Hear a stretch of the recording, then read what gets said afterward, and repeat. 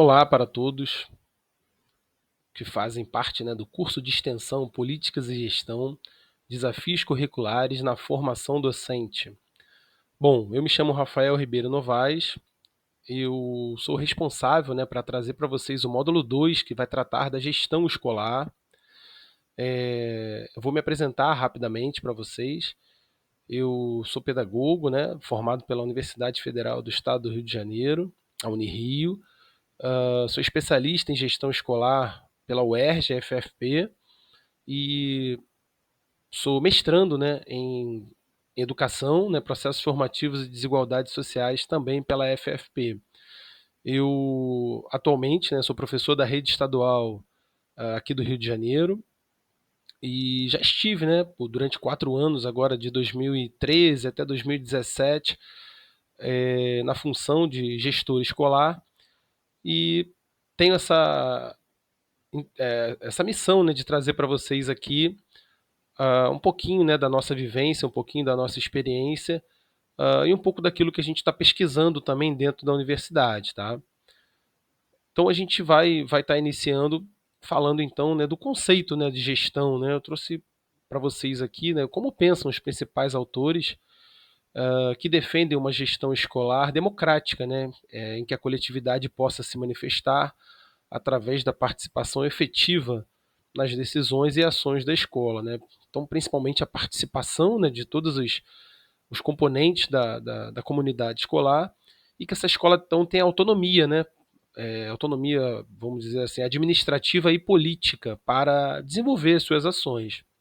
Então esse é o principal pilar, assim, o que constrói realmente uma gestão diferente de uma gestão de outros lugares, que a gente pode dizer assim, por exemplo, uma gestão de uma empresa que vai estar muito focada em aumentar a produtividade. Quando você fala de gestão escolar, o conceito é outro, né? Nós estamos formando pessoas, nós estamos precisamos ter um olhar muito mais humano e muito mais específico, que é um conceito completamente diferente de somente gestão. Então a gestão escolar, ela vem com essa proposta de ser uma gestão democrática em que a gente tenha a participação de todos, para que todos possam, estar em igualdade de condições e colocar, as suas ideias, como observa a escola, como a escola pode contribuir para a formação então dos alunos.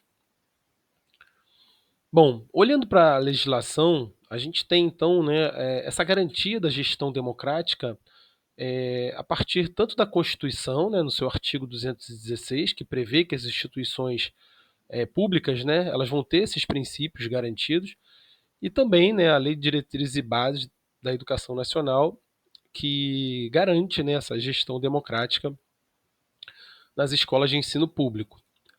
Nós também temos um outro documento, que é o Plano Nacional de Educação, que ele entrou em vigor em 2014 e ele tinha sua previsão até 2024, mas ele ainda está em vigor porque um novo plano ainda não foi apresentado pelo governo federal. Então, lá no Plano Nacional de Educação, dentro da sua meta 19, a gente tinha a premissa de que o governo ele vai assegurar, as condições para a efetivação então dessa gestão democrática associada a critérios técnicos de mérito e de desempenho, e a consulta pública à comunidade escolar no âmbito das escolas públicas, prevendo recursos e apoio técnico da União para tanto. Ou seja, a ideia era formar, professores, pedagogos, qualificar essas pessoas para que essas pessoas pudessem, então, ir ocupando essa função do gestor escolar e essa função pudesse ser exercida da melhor forma.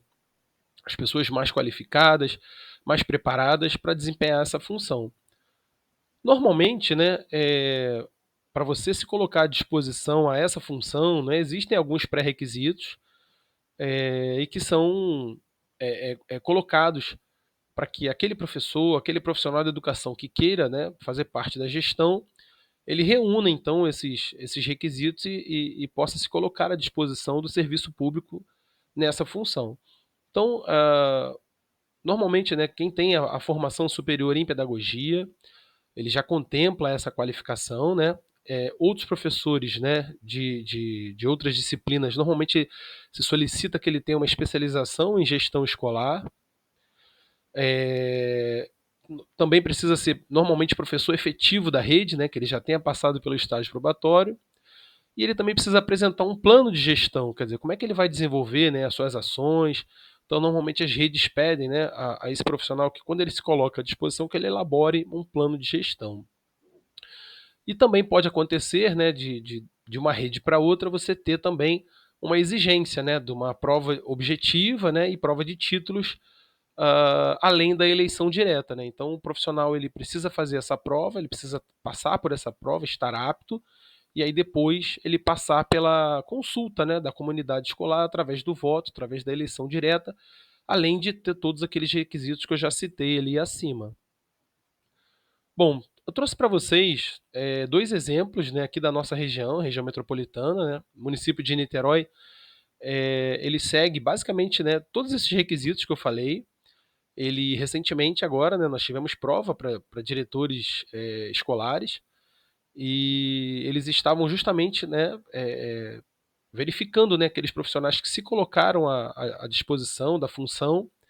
Então, para que eles pudessem ser votados, eles precisavam passar por uma avaliação, por uma prova objetiva, prova de títulos, e aí somente após, né, eles cumprirem esses requisitos é que eles poderiam ser participar do pleito, né, e serem escolhidos então o diretor, além daquelas outras formações, né, que são necessárias, obviamente, questão de ser efetivo, de ter a formação lá com a especialização em gestão escolar ou com o curso superior em pedagogia, enfim. E para a gente comparar, eu tenho aqui também o exemplo, né, do município de São Gonçalo. Então, Niterói, né, cumpre muito bem, né, com esse entendimento que prevê a legislação, então orienta, né, as suas administrações escolares nesse sentido. E São Gonçalo, ele também tem uma legislação, né, ele também tem um plano municipal de educação. Esse recorte que eu trago para vocês aqui, ele faz parte, né, da meta 19 do Plano Municipal de Educação de São Gonçalo, né, que também seria garantir as condições para a efetivação da gestão democrática da educação através da eleição. Né? Aqui não tinha uma previsão de prova, mas que nós teríamos eleição para os diretores. Só que aí o que aconteceu? Esse plano foi implementado em 2015, né, logo depois do Plano Nacional de Educação, mas até hoje, a gente está em 2025, né, e infelizmente o município de São Gonçalo não implementou a gestão democrática. Né? Então, em 2018, né, a gente tem aqui até essa publicação do 5º Congresso Nacional de Educação, e 2 pesquisadores da UERJ, eles trazem, né, essa informação de que o município de São Gonçalo está descumprindo essa meta 19, né, que é o próprio Plano Municipal de Educação de São Gonçalo, onde continua a prática da indicação política partidária. Né? Então, os vereadores, pessoas ligadas à administração central da prefeitura, ao executivo, né, continuam loteando, né, as escolas através de indicações políticas, o que é muito ruim, né, porque você não tem essa descentralização, você não tem autonomia, e você muito provavelmente não vai ter gestores ligados, né, àquela comunidade escolar. Muitas das vezes pessoas que são até de fora do serviço público, pessoas que não têm, enfim, nenhum envolvimento com aquela região onde a escola se encontra. Então, mais à frente, a gente vai ver agora um pouco dos reflexos disso, né? Então, eu trago aqui algumas notícias para vocês, quer dizer, desse descumprimento, né, até de decisões judiciais. Né? O sindicato em São Gonçalo ele é muito aguerrido, ele cobra muito, né, que se implemente essa eleição para diretores, e infelizmente o município não implementa. E esses reflexos, né, eles se apresentam aqui, como eu falei nessas notícias. Né? São Gonçalo é uma das piores cidades assim em relação à avaliação, né, do IDEB. A gente tem muitas escolas com problemas de infraestrutura, escolas com carência de professores. Então, assim, o reflexo, né, digamos assim, dessa gestão não democrática ela vai se retratar em dados, em números, e esses números são muito ruins, né? A cidade apresenta números muito ruins, muita evasão escolar, muita repetência e muitos problemas em relação às suas avaliações do IDEB, por exemplo. O IDEB de São Gonçalo, né, desde 2007, nunca mais atingiu a meta, né? Então as metas são estabelecidas a cada 2 anos e São Gonçalo sempre esteve abaixo da meta. Então isso é um pouco do reflexo do que essa gestão não democrática, né, uma gestão política, né, o que ela pode trazer, né, de consequências para a rede municipal de educação. Bom, eu trago para vocês aqui, né, como um vídeo complementar, né, que também fala dessa questão da gestão democrática, né, um programa chamado Entrevista, do canal Futura, e a entrevistada é a Cleusa Repúlio, que ela é representante, né, da União dos Municípios, né, dos diretores de municípios do Brasil todo, e ela fala, né, sobre esses critérios que eu acabei de abordar, sobre todas essas questões, né, ligadas à educação e principalmente sobre a gestão escolar democrática, como a gente precisa, né, avançar nessa temática para poder realmente ter uma escola melhor, ter um desenvolvimento melhor da região que essa escola está inserida e como a escola pode fazer diferença na vida das pessoas. Bom, então, seguindo, né, dentro desse tema da gestão, assim que o profissional passa por todo aquele processo que a gente viu, que ele se coloca à disposição, cumpre os pré-requisitos e que ele assume a função, né, ele precisa estabelecer então um novo conselho escolar no qual ele vai ser o representante máximo, né? O diretor da unidade escolar é o representante máximo, é quem vai ter a palavra final, quem assina, mas que esse conselho escolar ele vai ter então representantes, né, dentro dessa gestão democrática, os representantes dos professores, dos funcionários de apoio, representantes de pais e responsáveis, dos representantes dos alunos, caso a escola tenha alunos maiores de 14 anos. E esse conselho escolar ele vai se reunir, né, periodicamente para que se estabeleça então, né, as decisões, as metas, todos os assuntos pertinentes ali à escola vão ser tratados nessa reunião e você vai estar então fazendo ali as atas o diretor ele vai guiar parte da sua administração a partir dessas decisões que vão ser tomadas em conjunto. Então o diretor executa, mas sempre respaldado, né, por esse conselho escolar. Então é fundamental que essa rede, né, do conselho escolar esteja ali atuante, que esteja participando das reuniões, para que o diretor possa fazer realmente ali um debate e que esse conselho tome as melhores decisões para principalmente onde aplicar os recursos que a escola recebe, né? Então o conselho ele vai ser, digamos assim, um orientador, né, para o diretor dentro das suas ações.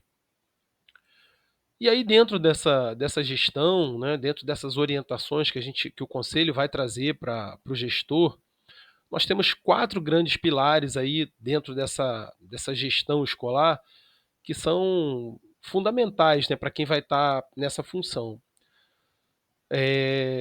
O gestor ele precisa, né, estar olhando para a infraestrutura da escola, né, ele precisa ter um ambiente, né, seguro para receber os professores, alunos, um ambiente que seja confortável. Então, ele precisa olhar para a questão hoje em dia, né, da questão da climatização das salas, questão do mobiliário, parte elétrica, hidráulica, enfim, para que o prédio realmente ofereça essa segurança e conforto para que os alunos possam desempenhar, né, o seu desenvolvimento, os professores possam se sentir acolhidos e desenvolverem da melhor forma o seu trabalho. O gestor ele também tem uma importância fundamental, né, nessa parte administrativa. O gestor, ao final de cada ano, ele precisa prestar conta desses recursos, né, que a escola recebe. Então, todas essas compras que ele vem a fazer, né, ele precisa prestar contas. Normalmente são feitos 3 orçamentos. O gestor precisa estar documentando tudo isso e ao final do ano, então, ele presta conta de tudo aquilo que ele recebeu, né, de recursos da escola, de tudo aquilo que foi investido, que foi gasto, seja em material de custeio, seja em material de capital. Ele precisa estar prestando contas disso, tá?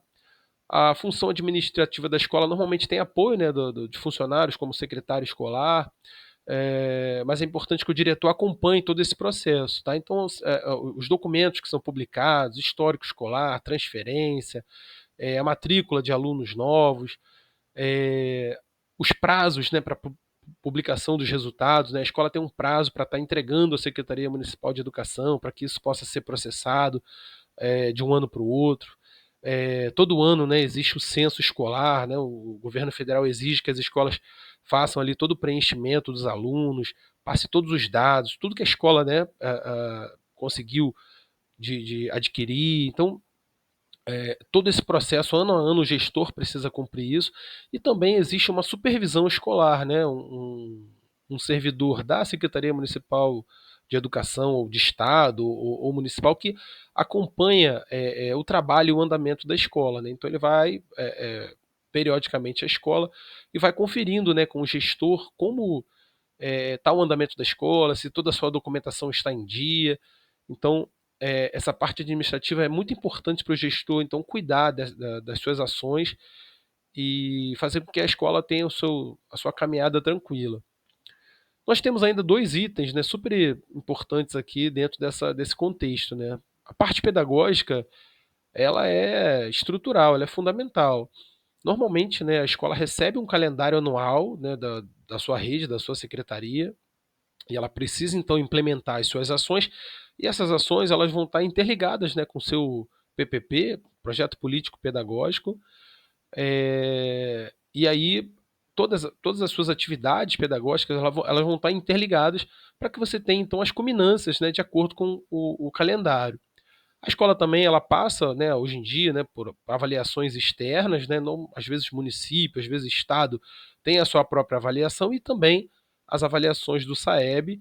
Então há um entendimento de que o gestor precisa acompanhar isso, né, porque tem verbas escolares que estão relacionadas a essas avaliações externas.